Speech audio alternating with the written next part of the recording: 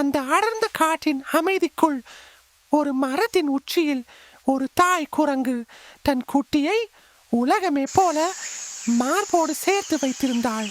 மழை பெய்யும் போது குட்டி நனையக்கூடாது என்று அம்மா தன் உடலையே ஒரு குடையாக மாற்றினாள். வெயில் சுட்டாலும் அவள் அசையவில்லை. ஏனெனில் அம்மாவின் வலி எல்லாம் பிள்ளையின் பாதுகாப்புக்காகத்தான் நாட்கள் கடந்தது. குட்டி பெரியவன் ஆனான், விளையாட ஆசைப்பட்டான். அம்மாவின் கண்களில் பயம் இருந்தாலும் அவள் சிரித்தாள். ஒரு கணம், ஒரு தவறு. ஆழமான பள்ளத்துக்குள் குட்டி விழுந்து விட்டான். அம்மா! அந்த ஒரு குரல் ஒரு தாயின் உயிரையே அதிர வைத்தது. யோசிக்கவே இல்லை.